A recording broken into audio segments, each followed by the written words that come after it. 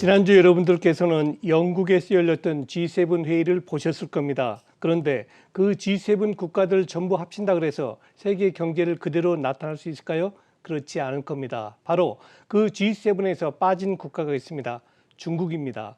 과거 한때 우리 시장에서는 미국만 정확히 알면 주식시장에서 돈 번다고 했는데 지금은 하나 더 붙여야 됩니다. 미국과 중국을 알아야지만이 한국 시장에서도 돈 벌 수 있는 그런 상황이 된 것 같습니다. 그래서 저희 증권업계에서 최고의 중국 전문가로 자타공인되시는 분입니다. 현재 경희대 차이나 MBA 개건 교수이시며 중국 경제금융연구소의 소장이신 전병서 소장님을 직접 스튜디오로 모셨습니다. 소장님 안녕하십니까? 안녕하십니까? 네. 제가 좀 모두의 말 좀 길게 했습니다만, 네, 요즘은 중국을 모르고서는 우리 한국 경제 그리고 한국 주시장을 정확히 간파하기 힘든 그런 상황 아니겠습니까? 네.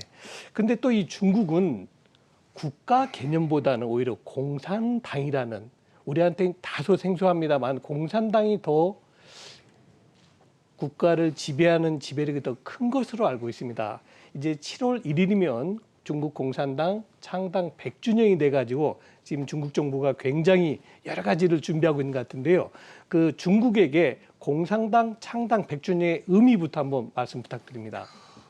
그래서 100주년 가는 100년 가는 정당 그렇게 많지가 않은데 1921년에 51견멍으로 시작한 이제 당이 지금 9,100만 명의 당원을 갖고 있습니다. 그리고 그 당이 통치하는 국가는 이제 세계에서 두 번째, 방금 말씀하신 미국의 73%까지 이제 올라왔기 때문에 중국의 입장에서는 이제 60세 회갑도 대단한 일이지만 이제 100년이기 때문에 백수의 대대적인 행사를 하고 싶어 하죠. 그런데 네. 행사의 의미는 제가 볼 때는 자신감의 표현일 것 같아요. 그래서 중국이 아시아의 병자 정말 지지리도 못 사는 나라라는 그 이미지에서 2020년에 중국이 이제 공산당이 약속을 한 게 있습니다. 그 공산당 창당 100주년에 우리는 이제 중국말로 소강사회라고 얘기를 하는데 인당 소득 한 $10,000 그리고 절대 빈곤을 없애겠다. 요거를 이제 2020년에 달성을 했고요. 그러다 보니까 중국으로서는 이제 100년의 약속을 지킨 이제 자신감이 하나 있고 그보다 더 중요한 것은 이제 앞으로 뭘 할 거냐는 데 있어서 중국은 또 하나의 약속을 한 게 있습니다. 1949년에 이제 그 건국을 하는데 건국 100주년에 되는 2049년에 이제 중국말로는 그 사회주의 현대화 강국이라고 얘기하는데 우리식으로 해석을 하면 경제력, 군사력에서 미국을 추월하는 세계 1위 국가가 되겠다. 그래서 지금 이 1단계 목표도 달성 못했는데 2단계를 간다는 건 어렵고 1단계를 자신 있게 달성했다고 하면 2단계를 가는 것도 이제 그렇게 어려운 일은 아니다고 하는 자신감을 전 국민 또 이제 전 세계에다가 쇼업하고 싶어 하는 거죠. 그래서 중국이 대대적인 행사를 계획했다가 코로나 때문에 많이 줄였다고 하지만 지금 이제 천안문 광장에서 7월 1일 날 하려고 하는 준비를 예행 연습 열심히 하고 있습니다. 네.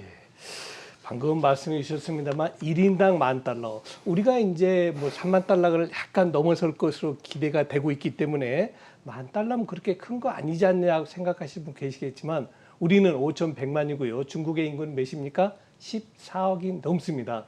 그러니까 1인당 $10,000라는 것은 정말 어마어마한 숫자라고 보시면 될 것 같고요.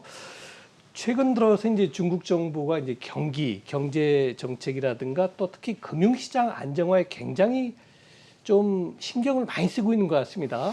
그것은 왜 그럴까요? 그래서 이제 중국은 그 중요한 정치 행사가 있을 때 그 분위기 메이킹을 아주 잘합니다. 그래서 네. 중국은 보면 이제 그 보통은 1월 달에 그 주가가 좋은데 중국은 찬바람 불 때 이제 주가가 좋습니다. 3월하고 이제 10월에 주가가 좋은데 그게 바로 중요한 정치 행사가 있기 때문에 그렇죠. 근데 이번 7월 같은 경우는 이제 100년 만에 행사이기 때문에 중국이 그 분위기를 아주 조성을 하고 있는 것 같아요. 네. 그래서 증시도 튼튼하게 가는 이유가 바로 거기에 있는 것 같은데 중국의 주식 투자하는 인구가 1억 8천만 명입니다. 그래서 우리 지금 이제 동학개미 이제 다 합쳐서 한 1,000만이 안 되는 이게 이제 어떻게 보면 국가 정책에도 영향을 주듯이 1억 8천만 명이 한 방향으로 모이면 이제 뭐 당도 어쩌지 못하는 거죠. 그래서 제가 볼 때는 이제 5월 말부터 시작한 이제 6월 뭐 증시에 낼 일은 그런 이제 큰 대규모 행사하고 밀접한 상관성이 있다. 네. 그래서 중국이 맨 먼저 한 게 보면 이제 금융 안정을 먼저 시작을 했어요. 그래서 코로나19에 돈 많이 풀었는데 가장 먼저 디레버리징을 해서 1, 4분기에 입으로는 긴축을 안 한다고 얘기를 했고 부채비를 떨어뜨렸습니다. 그래서 네. 금융 안정을 이뤘고 두 번째는 최근에 이제 원자재 가격이 폭등을 하는데 이거를 이제 안정화시키는 방안으로 그 구두 개입을 해서 이제 매점 매석하면 이제 잡아넣겠다. 그리고 이제 환율을 절상을 시켜서 원자재 가격 안정을 시켰고 그래서 최근에 아마 철광석이니 뭐 구리니 원자재 가격이 좀 떨어집니다. 그래서 네. 세 번째는 뭐를 했냐 그러면 그 물가 안정을 이룹니다. 그래서 그 환율을 올렸다는 것이 그게 이제 수입 물가에 영향을 주게 되죠. 그리고 이제 증시 안정도 같이 갔는데요. 3월 달, 4월 달에 뭐 연초에 1, 2월 달에는 중국 증시, 홍콩 증시가 전 세계에서 가장 좋았습니다. 그랬죠. 그러다가 이제 3, 4월 들어서 굉장히 어려워지는데 그 이유는 뭐냐면 중국 정부가 그래서 1, 2월 달 같은 경우는 뭐 우리로 치면 이제 100억 원, 1조 7천억짜리 펀드가 5분 만에 다 발매되는 초호황이었어요. 그러다 보니까 정부가 이제 너무 과하다고 생각을 해서 네. 이제 그 제한을 둔 거죠. 예. 1조 이상 되는 펀드 발매하지 마라. 근데 요게 이제 기관들이 아주 눈치가 빨라서 네. 이것은 이게 펀드 발매하지 말라는 거구나. 그래서 3, 4월부터 이제 이 펀드 발매를 확 줄여버립니다. 그러다 보니까 이제 홍콩 주가가 내려앉고 중국 주가도 같이 내려앉았는데 이게 이제 그 5월 달 들어서는 이 펀드 발매가 재개되고 정부가 묵시적인 허용이 이루어졌다고 봐야 될 것 같아요. 그래서 그런 한 4가지 안정을 지금 이루어서 증시나 뭐 분위기를 좋게 하는데 이것은 제가 볼 땐 7월 1일과 밀접한 상관성이 있다. 네. 그렇게 보여집니다. 네. 방금 교수님 말씀 도중에 들어가셨습니다만 중국의 위에나 이게 굉장히 중요한 것 아니겠습니까? 제 기억에는 한때 1달러에 그 8위엔 때가 있었습니다. 그러다가 이제 7위엔 때까지 절상이 되고 중국 돈 가치가 높아지고 지금은 이제 6위엔 때 시대가 열렸지 않습니까? 자, 중국이 이렇게 위에나 안정화 조치를 취한다고 하면서도 이렇게 위에나의 강세를 조금 방치한다 그럴까요? 이 부분, 그러니까 중국 위엔에 대한 전반적인 그 말씀을 부탁드리겠습니다. 그래서 뭐 이번 중국의 조치는 1타 3피 전략이다. 1타 3피 예, 한 번의 행사에 3가지 효과. 그렇습니다. 첫 네. 번째는 이제 수입 물가가 제일 이제 급했고요. 그래서 원자재 가격이 뭐 철광석, 구리 다 폭등을 했기 때문에 네. 이것이 이제 물가상 인플레이션으로 이어질 수 있는 가능성을 원천적으로 차단하려고 먼저 이제 환율을 절상시키면 이제 원자재 가격의 상대적인 이제 하락을 유도할 수 있었고 그러겠죠. 예. 두 번째는 우리는 이제 중국이 수출 안 되면 망한다 이렇게 많이 생각하는데 중국은 지금 GDP에서 수출이 차지하는 비중이 17%밖에 안 됩니다. 그렇죠. 그래서 나머지를 보면 83%가 내수기 때문에 그렇죠. 내수 경기 부양에는 위안화 절상이 굉장히 좋은 이제 이 호재죠. 네. 그래서 그런 2가지 이유가 있고 또 하나는 이제 그 정치적인 이유가 있는데요. 바이든 정부가 이제 출범하고 나서 트럼프 정부 2년 반 동안 그렇게 얘기를 했던 무역 통상에 관한 얘기는 단 한마디도 지금 않고 있습니다. 그러고 있죠. 예. 그래서 이제 말 안 하는 게 더 무서운 거죠. 그렇죠. 그게 뭐냐고 그러면 바이든의 공약 중에서 보면 환율에 관한 조항이 있었어요. 그래서 본격적으로 싸움 벌어지면 반드시 환율을 걸고 넘어질 건데 중국 입장에서는 먼저 환율을 절상시킴으로 인해서 미국이 시비 걸 이제 룸을 없애주는 그런 3가지 이유가 이번에 이제 환율 절상을 한 네. 그래서 아까 말씀하신 것처럼 8.7 예. 거기서 내려와서 7, 뭐 6.28, 2018년에 6.28까지 내려왔다가 네네. 이게 이제 바이든 정부하고 치고받고 싸움하면서 환율을 7.13까지 올려놨었죠. 네. 그러다가 지금 이제 6.4까지 한 10% 정도 절상을 시킨 겁니다. 네. 그래서 이제 뭐 그런 것들은 정부가 굉장히 이제 깊이 관여해서 만들어 놓은 환율이다 그렇게 볼 수 있을 것 같습니다. 네. 뭐 지난주 제가 모두에 말씀드렸습니다만 G7 영국 코너에서 있었던 G7에서 가장 물론 뭐 겉으로 드러나진 않았습니다만 미국의 가장 큰 타겟은 중국 아니겠습니까? 이렇게 미국을 위시해서 경제 대국들이 모두 다 중국을 상대편으로 생각하고 있는데 중국이 그렇게 뭐 쉽게 굽힐 국가도 또 아니죠. 그리고 또 최근에 들어서 중국에서는 반외국 제재법이라는 저는 약간 좀 생소한 법입니다만 반외국 제재법을 통과시켰습니다. 자, 이런 식으로 서방 국가, 미국을 위시한 서방 국가와 중국이 계속 갈등의 반목이 된다면 아무래도 중국 기업, 중국 경제도 악영향 주지 않겠습니까? 뭐 당연히 그럴 수가 있는데요. 지금 이제 반외국 제재법은 미국이 트럼프 정부 때 그 외국 회사 책임법이라는 걸 통과시켰어요. 그래서 미국에서 먼저요? 그렇죠. 그래서 그 중국 공산당하고 관련되는 또 중국 인민해방군과 관련되는 기업들은 퇴출시킨다. 미국에 상장된 기업을. 그리고 이제 미국에 상장된 기업 중에서 그 지금까지는 그 미국의 계리 그 회계 감사를 받는 게 아니고 2013년에 만들었던 MOU 때문에 중국이 회계 감사한 것들을 그대로 썼어요. 그러다가 이제 뭐 부실 회계가 나오는 바람에 2022년부터 그 3년 연속으로 이제 미국의 회계 감사를 받지 않는 회사는 다 퇴출시키겠다. 네. 요게 이제 그 외국 회사 책임법인데 결국은 이제 부당하게 중국의 이제 입장을 빌리면은 부당하게 자기네 나라 기업을 압박하거나 피해를 주는 나라 또는 기업, 단체, 개인에 대해서는 중국에서 반대로 보복할 수 있다. 근데 단 그거는 이제 중국 안에서 소송을 하는 거죠. 그래서 지금 뭐 이런 제재 법안 같은 경우는 실제적으로 외국 회사 책임법에 대항하는 법이기 때문에 미국이 이것을 본격적으로 시행을 하려면 아마 2025년부터 시행을 할 수 있는데 중국도 법만 만들어 놓지 실제적으로 액션을 하기는 어려울 것 같아요. 그래서 미국이 하는 걸 봐가면서 아마 그 할 가능성이 높아서 아마 이제 언론에 보도되는 것에 비해서는 그 충격은 뭐 별로 없을 거다 그렇게 보여집니다. 네.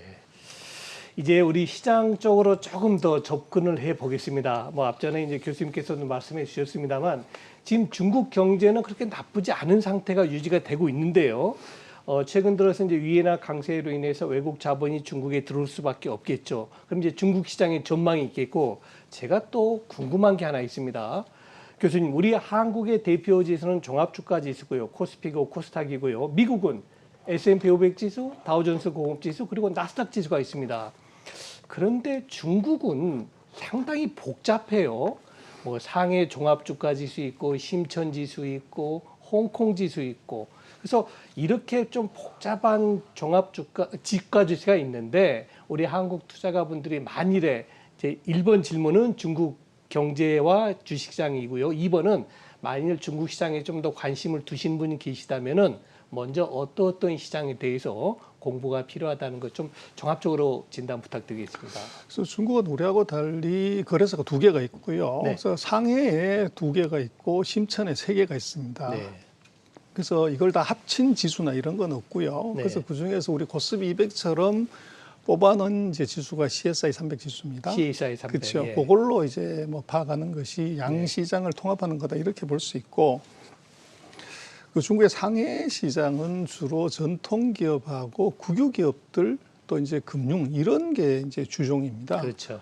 그리고 이제 심천 같은 경우는 아무래도 기술주, 첨단 산업이 많고요. 그래서 네. 두 개의 성격이 굉장히 달라서 그 취향에 맞게 골라서 투자를 해야 된다 이렇게 네. 얘기를 드릴 수가 있을 것 같고요. 그래서 뭐 최근 이제 한 3, 4년간을 놓고 보면 그 사이는 이제 외국인들 같은 경우는 일단 중국에 대한 안정성을 중시하다 보니까 상해에 있는 전통주, 예를 들면 음식료라든지 소비재라든지 이런 쪽에 투자를 많이 했고 최근 들어서는 이제 심천에 있는 기술주 네. 이쪽으로 이제 그 투자에 관심이 확 몰려가는 이제 그런 특징을 보이고 있습니다. 네.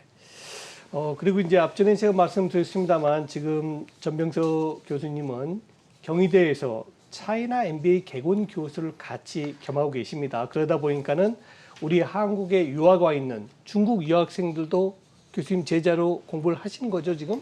예, 있습니다. 네. 그래서 개인적으로 한번 여쭤보고 싶은 게 있는데요. 우리 국내에 중국 유학생들이 대략 한 몇 명 정도가 지금 유학을 오고 있으며 과연 그 학생들 언젠간 자기 본국 중국으로 갈 것 아니겠습니까? 가면 뭐 할까요? 분명히 사회 지도층 인사가 될 겁니다. 언젠가는. 거기에 대해서 우리 한국의 대학이라든가 공공기관에서는 그 학생들을 어떻게 관리하고 있는지. 그래서 뭐 정말로 진정한 그 한국의 우호적인 사람들을 꽂으라고 그러면 한국에서 유학하신 분들인데 네.